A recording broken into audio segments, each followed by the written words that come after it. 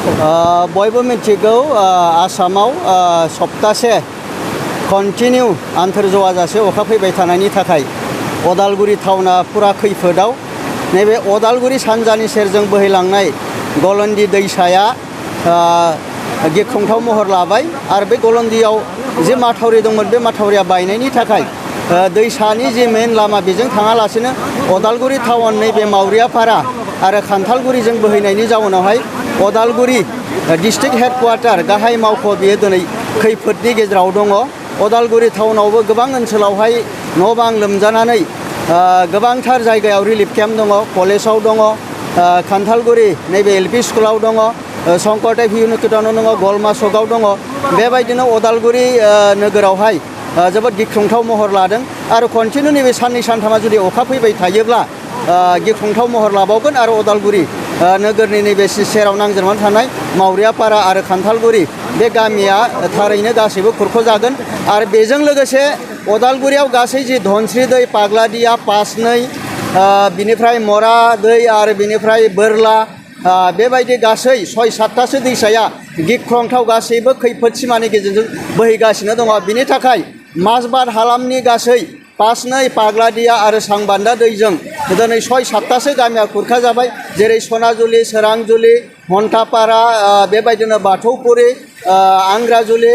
बेबायदि गोबांथार गामिया खुरखाजानानै बिथांमोना दिनै गाव गावनि न'खौ गारनानै थफ्ला थफ्लि लानानै रिलिफआव थानो गोनां जादों। जों दिनै अदालगुरिनिफ्राय जों माजबादाव थांनो हालिया, मानोना अदालगुरिनिफ्राय नैबे रौता थांनाय नैबे दैया गलन्दि दैया बेयावहाय जगाजगखौ बिच्छिन्न खालामबाय, बेयाव थांनो हालिया, गारि मटर खारनो हालिया। बिनि थाखाय जोङो खावलायहरदों माजबादनि सार्कोल अफिसार आरो जों डिसिनो जनायजों जाहाथे डिसिआ खावलायनानै जाहाथे बिथांमोननो रिलिफ होनायनि बेबस्था दङ खालामो। आस्राबारिनि जि डायमन्ड इंलिश स्कुल बेयावहाय बे माजबाद हालामनि गासै बे पाग्लादिया आरो पासनै दैजों खुरखाजानाय रायजो राजाफ्रा बे आस्राबारिनि डायमन्ड इंलिश स्कुलावहाय ज' जादों होननानै मोन्थिदों। बेखायनो आङो नोंथांमोननि मिडियानि जुगिदि खावलायदों जिल्लानि प्रखाखन आरो जि रिलिफ रिहेबिलिटेसन बेखौ जाहाथे बिथांमोना थाबैनो होयो आरो जों इउपिपिएल हानजा हिसाबै जोंनि मोनफ्रोमबो डिस्ट्रिक्ट कमिटिनि मावथि आरो ब्लक कमिटिनि मावथि, प्राइमारि कमिटिनि मावथि, गासै जिल्ला आबसुनि सिङाव थानाय आन्चलिक गासैबो जिखिनि आफादफोर दङ, पार्टिफोर दङ, खौसे जानानै जिहेथु सारा आसामावनो, सारा अदालगुरि, सारा बिटिआर बानपानिया गिख्रंथाव महर लाबाय, बे कमिटिनि मावथि, प्राइमारि कमिटिनि मावथि, गासै जिल्ला आबसुनि सिङाव थानाय आन्चलिक गासैबो जिखिनि आफादफोर दङ, पार्टिफोर दङ, खौसे जानानै जिहेथु सारा आसामावनो, सारा अदालगुरि, सारा बिटिआर बानपानिया गिख्रंथाव महर लाबाय, बेखायनो बयबो एलार्ट जानानै नांगौ रोखोमनि प्रखाखनजों जगाजग लानानै रिलिफ मेटेरियेल साप्लाय होयो आरो लोगोसे इमारजेन्सि थाराव जोंनि पिसिडिसि चेयारमेन, टिएलसिसि चेयारमेन बिथांमोना लोंग्रा दै, जाग्रा मुवा खांब्रबनानै जाहाथे होयो। गासै दल संगठन जायखिजाया माहारि आफादफोर ज' बेवहाय खुनु